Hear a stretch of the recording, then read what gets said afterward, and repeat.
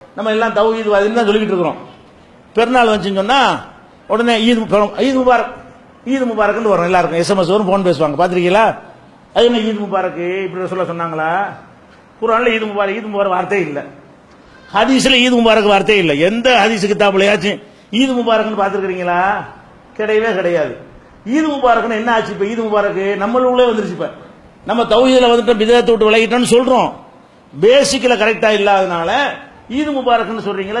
எந்த ஆயத்துல கேட்கணுமா இல்லையா? ஏன் இப்படி ஈத் முபாரக்ங்கிறது என்ன சுன்னத்து மாதிரி ஒரு முஸ்லீமை கண்ட அஸ்ஸலாமு அலைக்கும்ங்கறமே அந்த மாதிரி பெருநாளைக்கு உள்ள சலாம் எது? ஈத் முபாரக். பெருநாளுக்கு அஸ்ஸலாமு அலைக்கும் சொல்றது பதிலா என்ன பெருநாளை கண்டா ஈத் முபாரக் கையை கொடுத்து ஈத் முபாரக்னா என்னடா ஈத் முபாரக் எங்க இருந்தது எடுத்தீங்க? எவன்டா இதை சொல்லி தந்தா உங்களுக்கு? எவனோ ஒருத்தன் சொன்னது இப்படி அனைவரும் செய்யக்கூடிய மார்க்கமா போச்சு. யாருக்கு இந்த வஹி வந்துச்சு? எந்த தூதர் இதை சொல்லி தந்தாரு? எனக்கா கேட்டிருக்கிறோமா? அப்ப எப்படி எல்லாம் நுழையுதுன்னு பாருங்க. நம்ம இப்போ நுழைஞ்சிட்டு இருக்கிறது. இப்ப ஒவ்வொன்றும் விழிப்புணர்வு. பழைய பிதஅத்தெல்லாம் நம்ம கலைஞ்சிருவோம், புதுசா உண்டான விழுந்துருவோம். பழைய பிதஅத்தை சொல்லி சொல்லி தந்ததுனால அதை விட்டு விலகிக்கிட்டே வருவோம். நம்ம காலத்துல உண்டாக்குவோம் பாருங்க, அதுல கேர்ஃபுல்லா இருக்க மாட்டோம். அப்ப எதை கேட்டாலும் என்ன செய்யணும்? சொன்னவன ஈத் முபாரக் என்ன ஒவ்வொன்றையும் கேள்வி கேட்டுட்டே இருக்கணும்.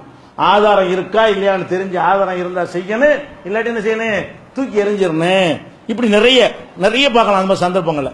அப்ப நம்ம குர்ஆன் ஹதீஸ் மட்டும்தான் அடிப்படைங்கிறத உள்ளத்துல வைத்துக் கொள்வதுதான் லா இலாஹ இல்லல்லாஹ் என்பதுடைய முஹம்மது ரசூலுல்லாஹ் என்பதனுடைய பூரணமான அர்த்தம்.